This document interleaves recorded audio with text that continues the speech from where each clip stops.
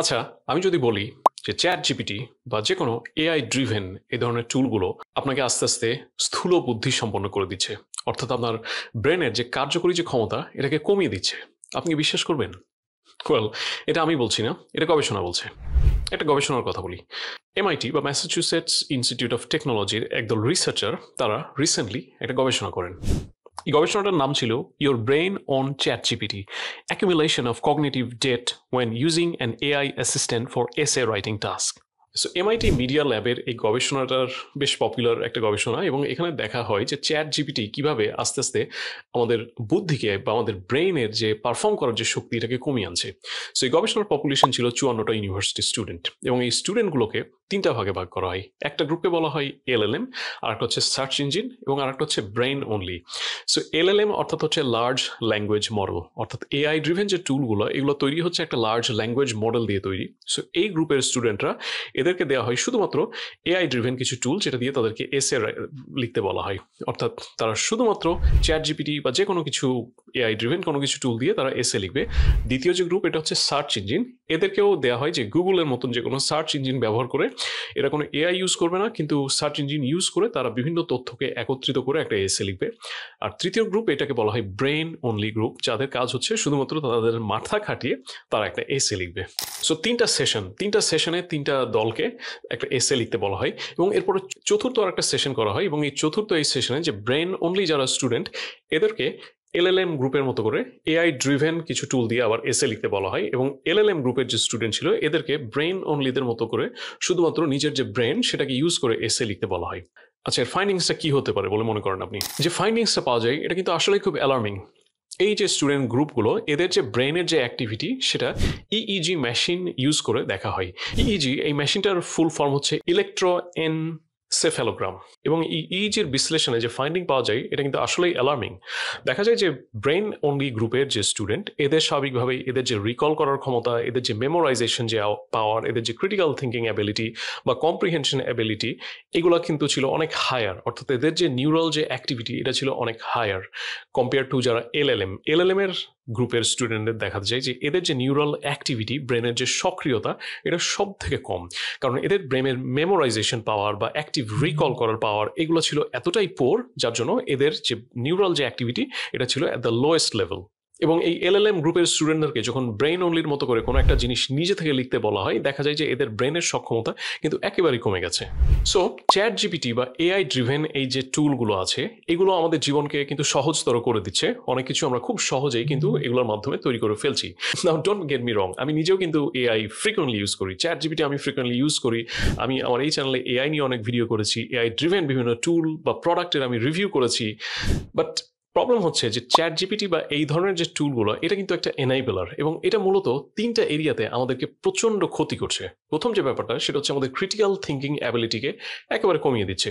কারণ যে কোনো বিষয় এখন জানার জন্য আমাদের জন্য একটা ইজিয়েস্ট আমাদের শর্টকাট হয়ে গেছে, মেন্টাল শর্টকাট যেটাকে বলা হয়, যে আমরা সবার প্রথমে চ্যাট জিপিটিতে চলে যাই এবং সেখান থেকে খুঁজে বার করার চেষ্টা করি। যার ফলে যেটা হয় যে আমাদের ভেতরে যে রিজনিংয়ের যে অ্যাবিলিটি সেটাকে আমরা কমিয়ে দিচ্ছি। ক্রিটিক্যালি কোনো কিছুকে রিভিউ করা বা পর্যালোচনা করা, আমাদের ব্রেইনে নিয়ে সেটাকে ডাইজেস্ট করা, একটু নাড়াঘাটা করা, সেটা আমরা আর করি না এখন। সো আমাদের ক্রিটিক্যাল থিঙ্কিং অ্যাবিলিটিকে একেবারেই কমিয়ে দেওয়া হচ্ছে। দ্বিতীয় প্রবলেমটা হচ্ছে আমাদের যে স্মৃতিশক্তি বা ধারণ ক্ষমতা, এটাও কমে যাচ্ছে। কারণ আগের দিনে আমাদের অনেক কিছু হয়তো মেমোরাইজ করতে হতো, যে কোনো তথ্য আমরা হয়তো একটু মেমোরাইজ করার চেষ্টা করতাম, মনে রাখার চেষ্টা করতাম, কিন্তু এখন শর্টকাট হয়ে গেছে।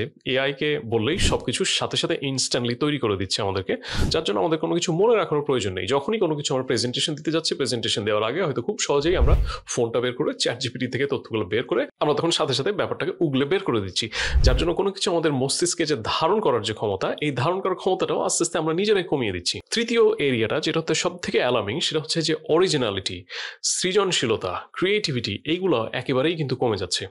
কারণ চ্যাট জিপিটির মাধ্যমে বা যে কোনো এআই ড্রিভেন টুল দিয়ে আজকাল কিন্তু সব কিছুই করা যায়, সেটা লেখালেখি হোক, সেটা ভিডিও প্রোডাকশন হোক, যেটা কোডিং হোক, সব কিছুই করা যায়। এবং চ্যাট জিপিটিকে কমান্ড কিন্তু সবাই দিতে পারে, এই জন্য কারো কোনো স্পেশাল ট্যালেন্টের দরকার হয় না, যার জন্য অরিজিনালিটি বলে কোনো কিছু নেই বা ক্রিয়েটিভিটি বলেও কোনো কিছু নেই। কারণ এআই ড্রিভেন যে টুলগুলো, এগুলো হচ্ছে শুধুমাত্র, এগুলো কিন্তু চলে হচ্ছে প্রবাবিলিটির উপর। অর্থাৎ যে কোনো একটা যদি আমরা তাদেরকে কমান্ড দিই, সেই কমান্ডের সব থেকে রিজনেবল এবং প্রবাবল অ্যান্সার কি, সেটাকে তারা তাদেরকে যে লার্জ ল্যাঙ্গুয়েজ মডেল তাদের মধ্যে যে ইনপুট করা আছে সেটার উপর বেস করে তারা প্রবাবিলিটি করে সব থেকে যেটা রিজনেবল যেটা রেসপন্স সেটাই দেয়, এবং সব ক্ষেত্রে কিন্তু মূলত রেসপন্স একটাই হয় এবং সবার রেসপন্স একই রকম হয়, যার জন্য যে কোনো সৃজনশীল কাজের ক্ষেত্রে যে ক্রিয়েটিভিটি সেটা আস্তে আস্তে চলে যাচ্ছে।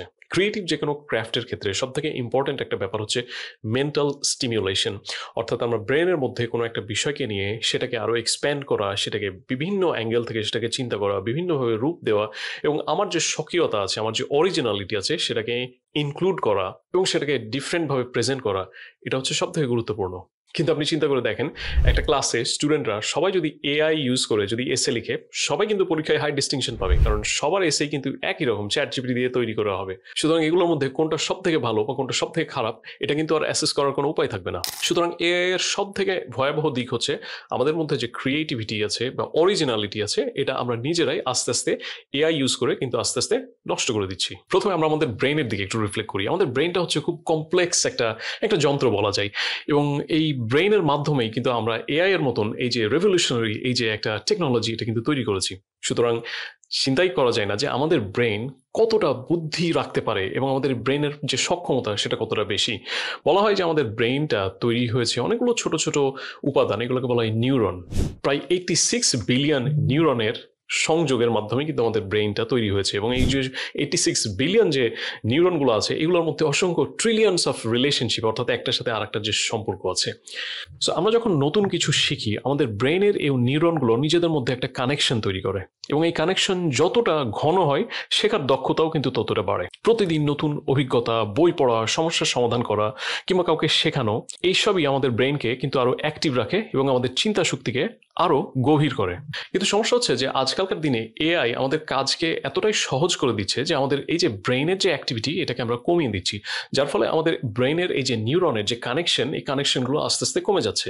যে কোনো ক্রিয়েটিভ ক্রাফট, তথ্য খোঁজা, লেখালেখি করা, এগুলোর জন্য আগে হয়তো আমরা আমাদের ব্রেইনকে ইউজ করতাম, কিন্তু এখন আমরা সম্পূর্ণ সেই দায়িত্বটা দিয়ে দিচ্ছি আর্টিফিশিয়াল ইন্টেলিজেন্সের উপরে। নাও এটা নিঃসন্দেহে আমাদেরকে অত্যন্ত সহায়তা করে, কিন্তু সমস্যাটা হচ্ছে তখনই যখন এআই এর উপর আমরা অতিরিক্ত নির্ভর হয়ে পড়ি এবং আমাদের ব্রেইনের যে অ্যাক্টিভিটি এটাকে আমরা একেবারেই কমিয়ে দিই। কোনো বিষয় নিজে না জেনে, না পড়ে, না বুঝে সম্পূর্ণ এআই এর উপর নির্ভর করে, এআই এর উপর দায়িত্ব দিয়ে এআই এর তৈরি রেসপন্সকে দিয়েই যদি আমরা সেটাকে ইউজ করি, তখন আমাদের এই যে মস্তিষ্কের, আমাদের ব্রেইনের যে বোঝার ক্ষমতা এটা একেবারেই কমে যায়, এবং এআই এভাবে ব্যবহার করার ফলে আমাদের ব্রেইনটা একভাবে কিন্তু একটা অলস পর্যায়ে চলে যায় সম্পূর্ণ। এবং উদাহরণটা ঠিক এরকমই যে আমরা যদি ব্যায়াম করি, ব্যায়াম করলে কি হয়, আমাদের শরীরের যে মাসেলগুলো আছে এগুলো আস্তে আস্তে বিল্ড আপ করে, কিন্তু আমরা যদি ব্যায়াম না করি তাহলে কি হয়, আমাদের শরীর আস্তে আস্তে দুর্বল হয়ে যায়। ঠিক একইভাবে আমরা আমাদের ব্রেইনের যদি এক্সারসাইজ না করি, আমাদের ব্রেনটাও কিন্তু আস্তে আস্তে উইক হয়ে যাবে, এবং শর্ট টার্মে হয়তো আমাদের কাজ সহজ হয়ে যাচ্ছে, কিন্তু লং টার্মে আমাদের ব্রেইনের যে অ্যাবিলিটি, যে সক্ষমতা, এটা কিন্তু আস্তে আস্তে কমে যাবে। সুতরাং মাত্রাতিরিক্ত এআই ইউজ করার ফলে যেটা হচ্ছে, আপনার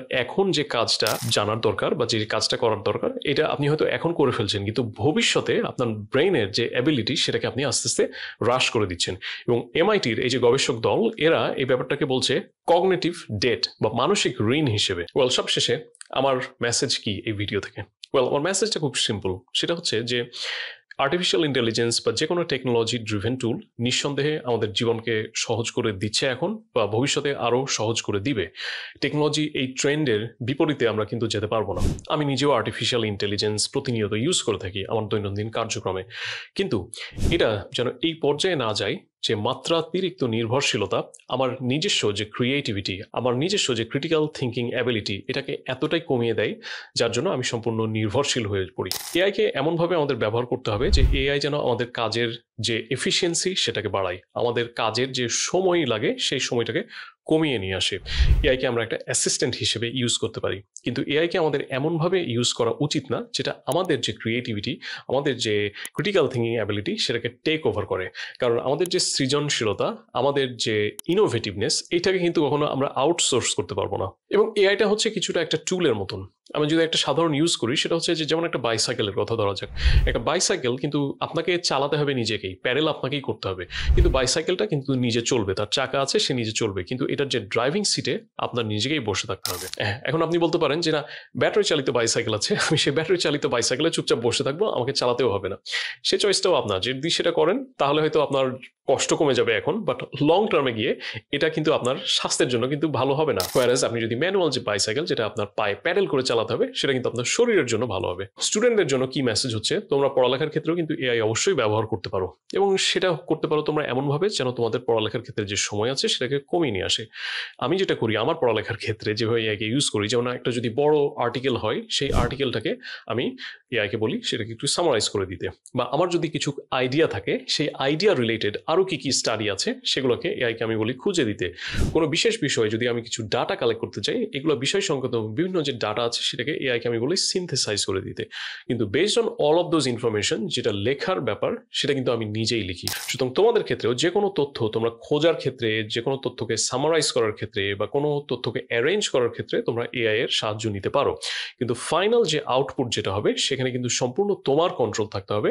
তোমার যে ইন্ডিভিজুয়ালিটি সেটাকে কিন্তু কখনোই তুমি ইগনোর করবে না বা সেটাকে বাদ দিবে না। এটা যদি করো, শর্ট টার্মে আজকে হয়তো তুমি একটা সাবজেক্টে হয়তো হাই ডিস্টিংশন পাবে, কিন্তু লং টার্মে গিয়ে তোমার যে ডেভেলপমেন্ট এবং আলটিমেটলি তুমি নিজেকে যেভাবে প্রেজেন্ট করবে ইন দ্য ইন্ডাস্ট্রি, সেখানে গিয়ে কিন্তু ঠিকই ধরা খেয়ে যাবে। এবং একটা বিষয় সবসময় মনে রাখবে, পড়ালেখা হোক, সেটা প্রফেশনাল ওয়ার্ল্ড হোক, সেটা যে কোনো ক্রিয়েটিভ ক্রাফট হোক, তোমার সব থেকে বড় ওয়েপেন হচ্ছে তুমি নিজে। তোমার যে ব্রেন পাওয়ার, তোমার যে স্কিল সেট, এটা হচ্ছে তোমার সব থেকে বড় পাওয়ার।